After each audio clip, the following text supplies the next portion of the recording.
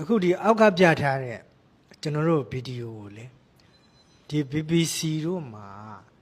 BBC နဲ့အလားတူတဲ့နောက်ထပ်တခြားသောဒီဒီမိုကရက်တစ်အုပ်စုတွေထောက်ခံတဲ့အုပ်စုတွေရဲ့ရုပ်သံတွေမှာဒီအကြောင်းအရာတွေကိုကျွန်တော်တို့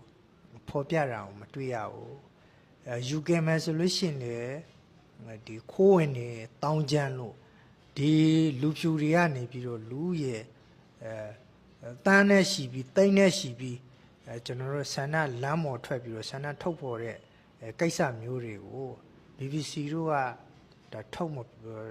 ပြဘူးကျွန်တော် BBC တို့နေတူဒီမာဒီမိုကရက်တစ်အုပ်စုကိုထောက်ခံတဲ့မြန်မာနိုင်ငံကဒီအယူအရင်ကြိုက်တဲ့မီဒီယာတွေကလာကျွေးစာမွေးစာစားပြီးတော့ OIC ကျွေးစာမွေးစာစားပြီးတော့အသက်ဆက်နေရတဲ့ဒီဝဲစားမီဒီယာတွေဖြစ်တဲ့ကျွန်တော်တို့မိုက်စီမာတို့မြန်မာနောင်တို့နော်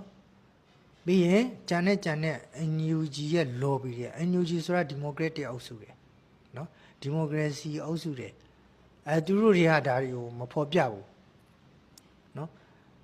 မြန်မာနိုင်ငံမှာသာဟိုအခွင့်အရေးတွေဒီအခွင့်အရေးတွေလူအခွင့်အရေးကို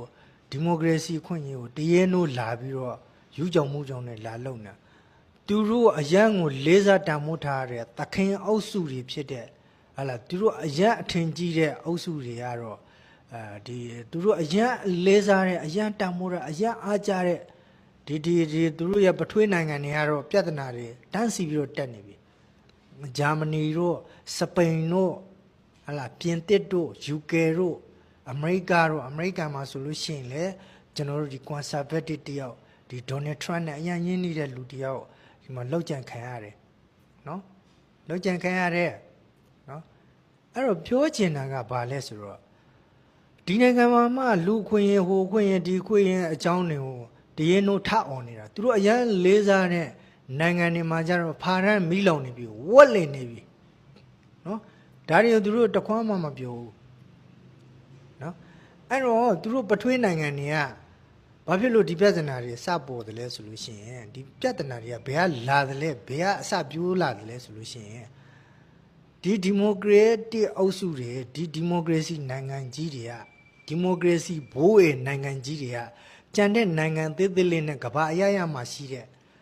သူတို့ဝင်ရောက်ပြီးတော့ရှေလေဆွတ်ဖက်တဲ့နိုင်ငံတွေကိုဆွတ်ဖက်ဖို့အတွက်သူတို့နိုင်ငံမှာလူအခွင့်အရေးရှိတဲ့ကြောင်အယောင်ပြရာကနေပြီးတော့ဒီပြဿနာတွေဖြစ်လာတာ